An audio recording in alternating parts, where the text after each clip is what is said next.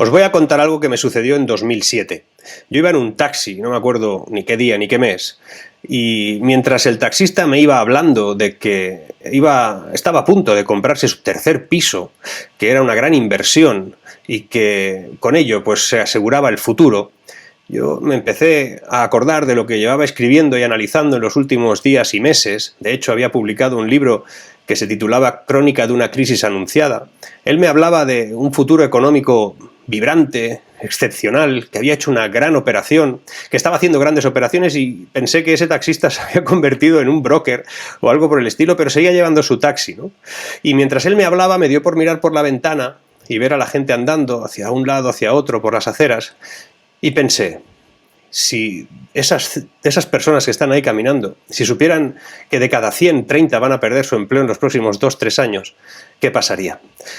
La sensación que tuve es que esa gente no sabía lo que estaba a punto de pasar, y no lo sabía porque o no se informaba o no quería informarse. Y ahora tengo la misma sensación con la inflación, una potencial recesión, la deuda pública y la insistente referencia a que esto es un problema puntual, coyuntural, provocado por una guerra o una pandemia o lo que sea, cuando antes de todo esto ya íbamos mal.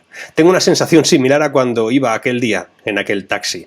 Quédate, que hoy te voy a hablar de las soluciones que han pensado nuestros dirigentes para luchar contra la subida de precios, la ineficiencia previsible de lo que piensan hacer, y te voy a dar una noticia económica que es determinante y que no está saliendo en casi ningún lugar. Quédate hasta el final, porque hoy lo que te voy a contar también te interesa.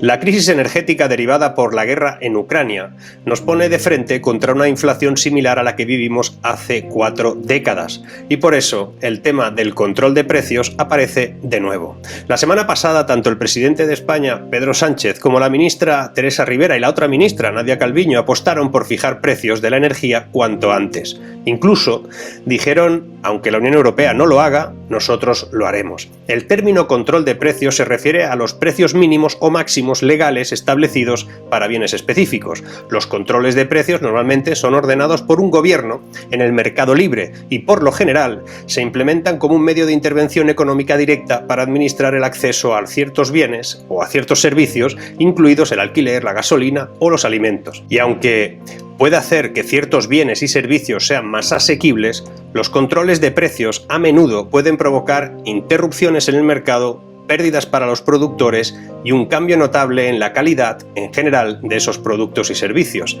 La idea del control de precios se suele considerar necesario para frenar la inflación. Los controles de precios son opuestos a los precios establecidos por las fuerzas del mercado, que son determinados por la producción debido a la oferta y la demanda. Los controles de precios se imponen comúnmente a los productos básicos de consumo, curiosamente. Se trata de artículos de primera necesidad, alimentos y productos energéticos, pero aunque las razones de los controles de precios pueden hacer asequibles los productos y con ellos una cierta estabilidad económica, pueden tener también, a medio plazo, el efecto contrario. A ese medio plazo se sabe que los controles de precios generan problemas como escasez, racionamiento, deterioro de la calidad del producto y mercados ilegales que surgen para suministrar los bienes con precios controlados a través de canales no oficiales. Obviamente, el control de precios no es un concepto nuevo, de hecho se remonta a miles de años. Según los historiadores, en economía, la producción y distribución de granos fueron reguladas por las autoridades egipcias en el siglo III a.C. Otras civilizaciones implementaron controles de precios, incluidos los babilonios, los griegos, el Imperio Romano, o sea que no es algo nuevo. En los Estados Unidos, los gobiernos coloniales controlaban los precios de los productos básicos requeridos por el ejército de George Washington, lo que resultó en una enorme escasez, por cierto. El gobierno de Estados Unidos también fijó precios máximos para los precios de la energía durante varios tiempos de crisis, sobre todo la Primera y la Segunda Guerra Mundial, y también en 1971. En ninguno de estos casos los efectos de la inflación se amortiguaron del todo, pero en realidad ya tenemos controles de precios hoy en día. No es nada nuevo. De hecho, los salarios mínimos también se consideran una forma de control de precios. En este caso, es un precio mínimo o el salario más bajo posible que un empleador puede pagar a un empleado. Los salarios mínimos aseguran que las personas puedan mantener un nivel de vida específico, pero suelen afectar a otros aspectos como la supervivencia de la propia empresa, el incremento de precios finales y, a más largo plazo, incluso incluso la dificultad para hacer más flexible el mercado laboral. Pero para que nadie diga, vamos a ver lo bueno y lo malo del control de precios.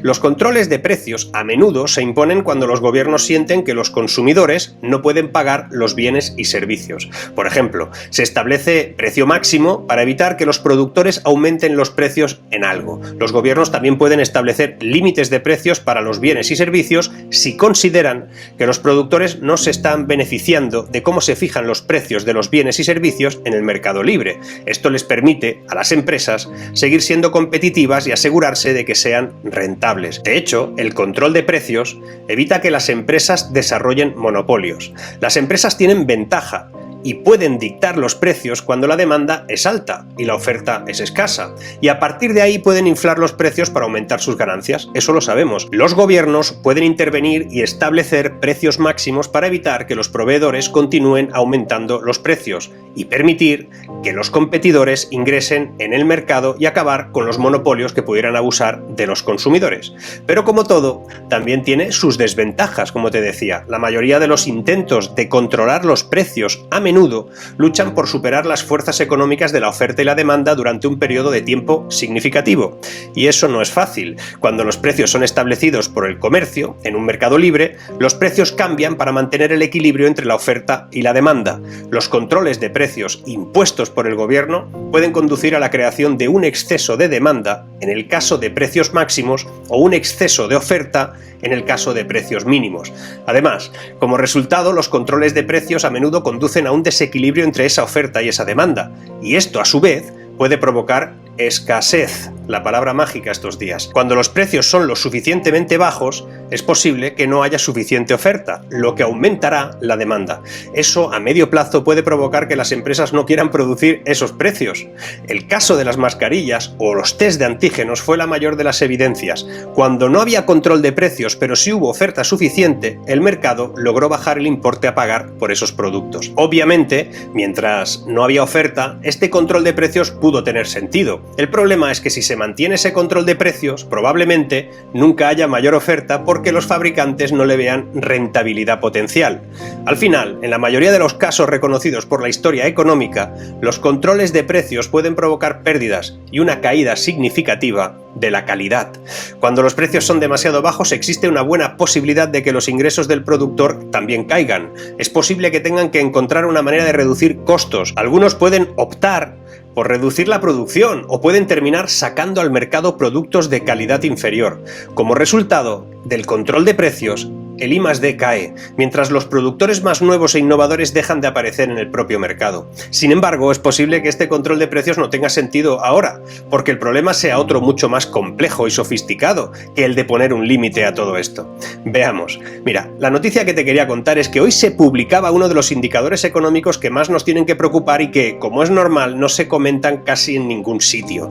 Resulta que el Instituto ZEW, alemán, ha dado a conocer el indicador de sentimiento económico para Alemania en marzo, pues ha registrado la mayor caída de toda la historia. En concreto ha caído 93,6 puntos. Nunca antes había caído tanto. Para dimensionarlo, a comienzos de la pandemia ese indicador cayó 58,2 puntos, ahora 93,6. Normalmente este tipo de caídas anticipan una más que probable recesión. El desplome de las expectativas coyunturales va acompañado de las expectativas de un aumento de la inflación, independientemente de que se produzcan controles de precios que ya se han descontado, ni de la cadena de suministro sea capaz de restablecerse correctamente. Este índice nunca tuvo una caída así. Por ello, los expertos del propio Instituto ZEW prevén una estanflación, sí o sí. De hecho, ni se lo cuestionan. Además, detallan esa estanflación no va a ser por estancamiento, sino por recesión. De hecho, el director de ese instituto, Achim Wambach, habla de una especie de recinflación para los próximos meses. Término ya de locos. El empeoramiento de las perspectivas afecta a todos los sectores de la economía, sobre todo los que utilizan más energía y al sector financiero, dicen, a la vez que prevén que la inflación va a subir mucho en Alemania en los próximos meses. Y te recuerdo de que si Alemania se para Europa.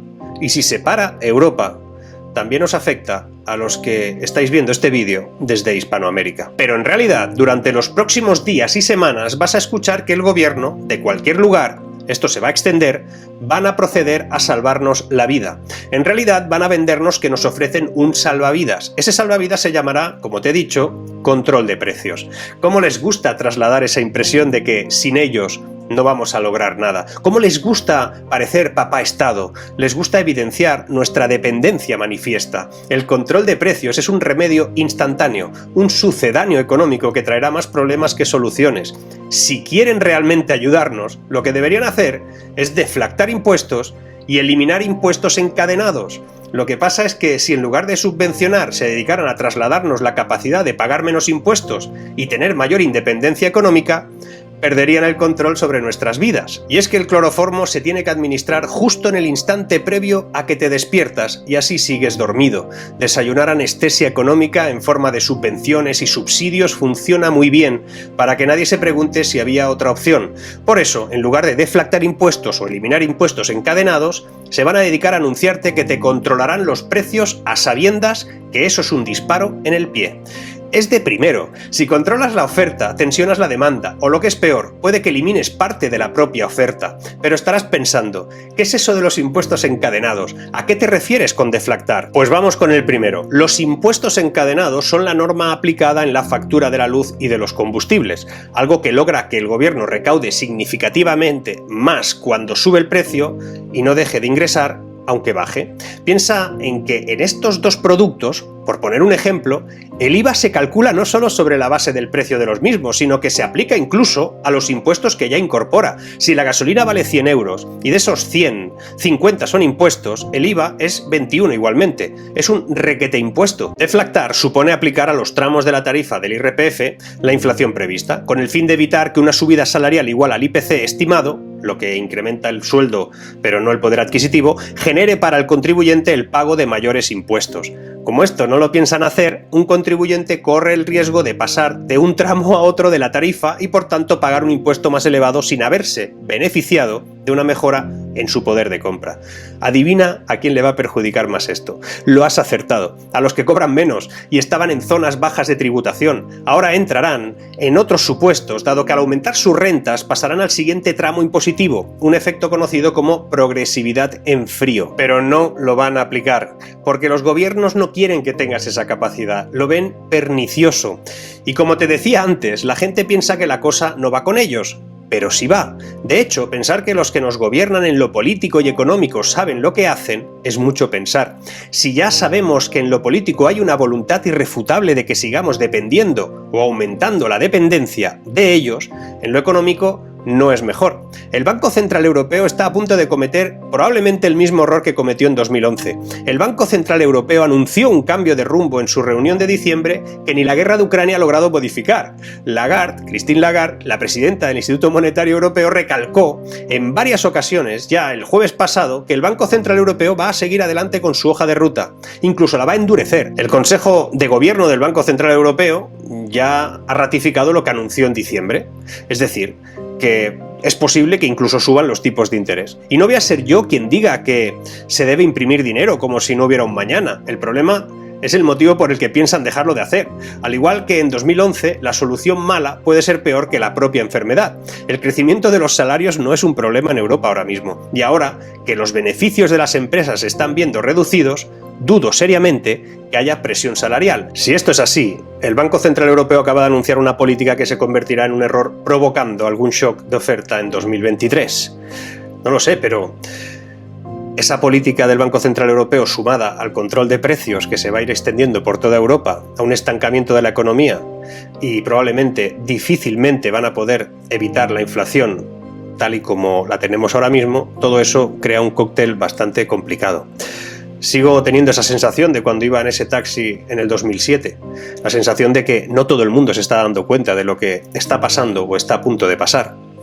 Por eso te animo a que rechaces el tazón de cloroformo, no tomes ningún tipo de anestesia, infórmate, sé objetivo y con todo ello, en ese caso sí que podrás ser optimista, pero sin la información es imposible serlo. Recuerda que alguien que es optimista sin tener datos objetivos de lo que está pasando es un iluso. Una persona que es capaz de, con todos esos datos, tomar decisiones con optimismo, es alguien que afronta el futuro con entusiasmo y como un desafío. No lo dejes pasar. Por muy mal que se vea todo, siempre hay opciones, pero esas opciones son imposibles de llevar a cabo si no te informas. Por eso, seguimos.